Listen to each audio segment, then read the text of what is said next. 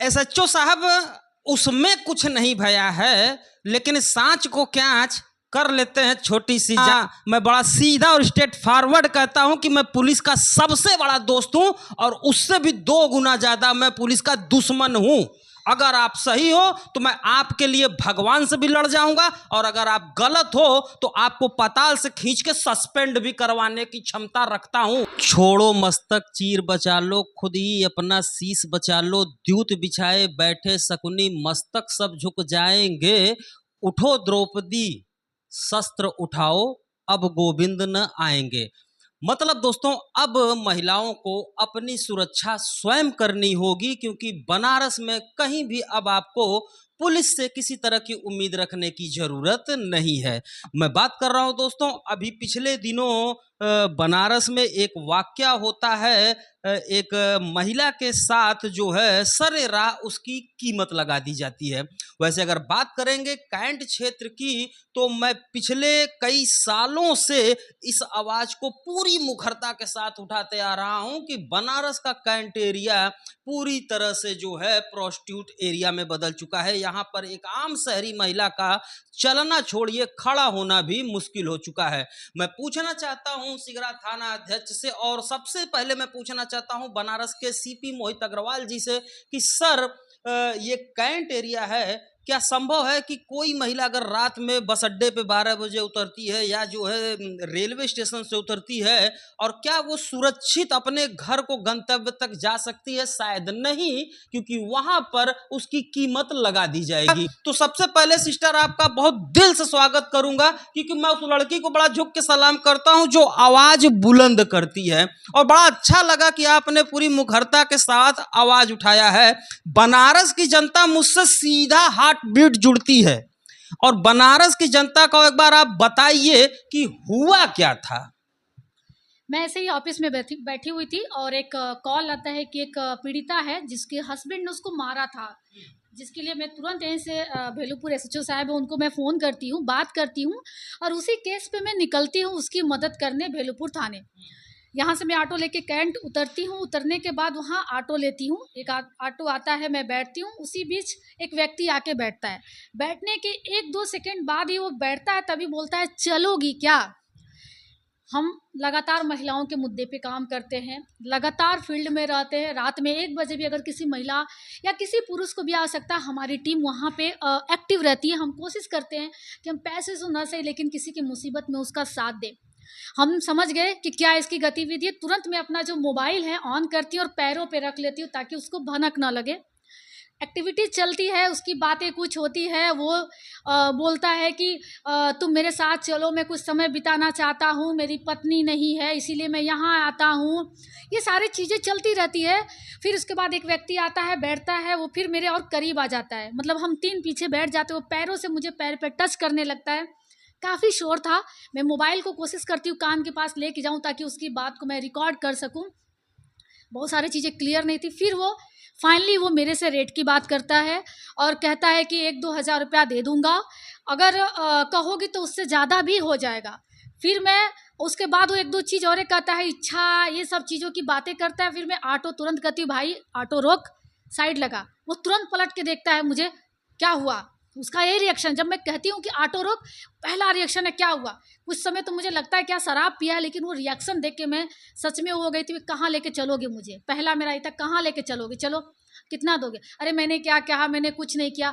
फिर मैं वहाँ पे उसको मारती हूँ, और मारने के बाद वो उतर के ऑटो से भागने लगता है। फिर फटाफट मैं उतरती हूँ, हालांकि सूट वगैरह पहनी थी और मैंने मुंह भी नहीं बांधा था, ऐसा नहीं कि मैं मुंह बांध के चल रही हूँ। फिर मैं एक भाई के सहयोग से उसको पकड़ती हूँ, वहाँ मारती हूँ। लोग इकट्ठा तो होते हैं, क्या हुआ क्या हुआ क्या हुआ, मैं उनको बताती हूँ कि मैं एक सामाजिक कार्यकर्ता हूँ, मैं लोगों के लिए काम करती हूँ। वो कहते हैं, लास्ट में उनका यही रहता, छोड़िए, जाने दीजिए। तब मैं चौंक जाती हूँ। समाज में यही सबसे बड़ी बुराई की जड़ है कि छोड़िए, जाने दीजिए, जाने नहीं दीजिए। ऐसे लोगों को पकड़ के जो है उसी समय ऑन द स्पॉट जो है सजा जरूर देना चाहिए। बिल्कुल। और मैं जब लौट के आती हूँ, क्योंकि वो बहुत तेजी से भागता है, अपना गमछा भी छोड़ देता है, मेरे हाथ में उसका गमछा भी पकड़ा जाता है, वो भाग जाता है। और जब मैं ऑटो की तरफ घूमती हूँ तो एक लड़का कहता है, अरे यार, इन लोग का पैसे का लेन देन का है, इसी वजह से झगड़े हो रहे।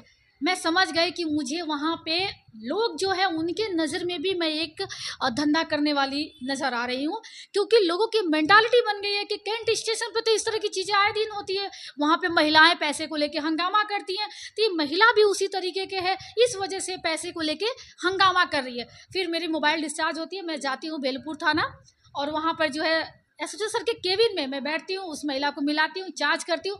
और हाँ, मैं सिगरा थाना नहीं गई, मैं तुरंत ट्वीट करती हूँ और अपनी बातों को रखती हूँ, क्योंकि मैं अक्सर महिलाओं के मुद्दे को ज़्यादातर ट्वीट करती हूँ, सीनियर से बात करती हूँ, क्योंकि चौकी और थाना स्तर पे क्या स्थिति है महिलाओं की, मेरे से ज़्यादा भली भांति कोई नहीं जानता है।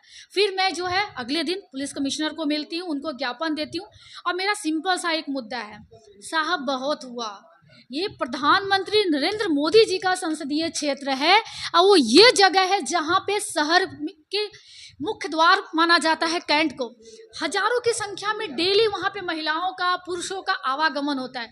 क्या संदेश देते हैं साहब, क्या दे रहे हैं आप लोग? क्या कहते हैं, वीडियो उठा के डालिए, कैंट को डालिए, 20 रुपया में 50 रुपया में तोहे मिल जाए कैंट जाइए, 300 रुपया में पता नहीं क्या रशियन ऐसे करके संदेश जा रहा है। कहाँ से? अपने बनारस से। वो बनारस जहाँ पे योगी जी महीने में 4 बार आ रहे हैं। तो क्या वो कैंट की घटनाओं से अवगत नहीं है? क्या कैंट पे जो महिलाओं की स्थिति बनी हुई है कि अगर एक महिला राह पे चलती है, ट्रेन पकड़ने के लिए जाती है, तो उसे धंधे वाली के नज़रिए से देखा जाता है। तो क्या वो अवगत नहीं है इस मामले से? अच्छा, ये घटनाक्रम हुए अभी कितना समय बीत रहा है? ये 3 तारीख की घटना है, 3 तारीख शाम 6 साढ़े 6 बजे की घटना है। और उसके बाद में लगातार जो है कि प्रशासनिक जो हमारी जो कन्वर्सेशन हुई है मिल करके, वही सारी चीज़ें। एक व्यक्ति ने मुझे फ़ोन किया, वो थे चौकी इंचार्ज, मैडम फ़ोटो दे दीजिए, वीडियो दे दीजिए, उसके सिवा। और आज मुझे बुलाया गया कि आप आइए, आपका एफआईआर दर्ज किया जाएगा। एसएचओ साहब ने बहुत ही शालीनता के साथ कहा, मैडम ऐसी तो उसमें कुछ बातें नहीं हुई है, हमने इस वीडियो को कई बार उठा के देखा है। मैं शॉक थी। एसएचओ साहब, उसमें कुछ नहीं भया है, लेकिन सांच को क्या आँच, कर लेते हैं छोटी सी जांच। थोड़ा सा अपनी आंखों में पानी लाइए, और अंधा भी बता देगा कि कैंट पर क्या हो रहा है। तो ये बहाना बनाना श्रीमान जी बंद करिए। जी बिल्कुल, कुछ समय पहले ये पूर्व शायद ट्रेनी आईपीएस थी, उनके साथ भी यही घटना हुई थी। तो क्या उस वक्त भी ये कहा गया था? वॉइस क्लियर है, उसकी एक्टिविटीज देखिए। अब उनको एक एक चीज मुझे रिकॉर्ड करके देना था। इतने दिनों से मैं महिलाओं के मुद्दे पे काम कर रही हूँ। मिशन शक्ति तो बाद में आया, मेरा रिकॉर्ड है, मेरे पास पेपर कटिंग है कि मैं उससे पहले से मिशन शक्ति पे काम करती हूँ। और बताऊंगा कि सीमा चौधरी जो है सोशल एक्टिविस्ट है, हमेशा जो है महिलाओं के लिए मुखरता से आवाज उठाती रहती हैं, इसलिए ये मुद्दा उछल गया है। नहीं तो पता नहीं कितनों के साथ जो है वहाँ बैड टच और खींचा खींची कुछ सब हो जाता है, वो बेचारी मुंह दबा के वहां से चली जाती हैं।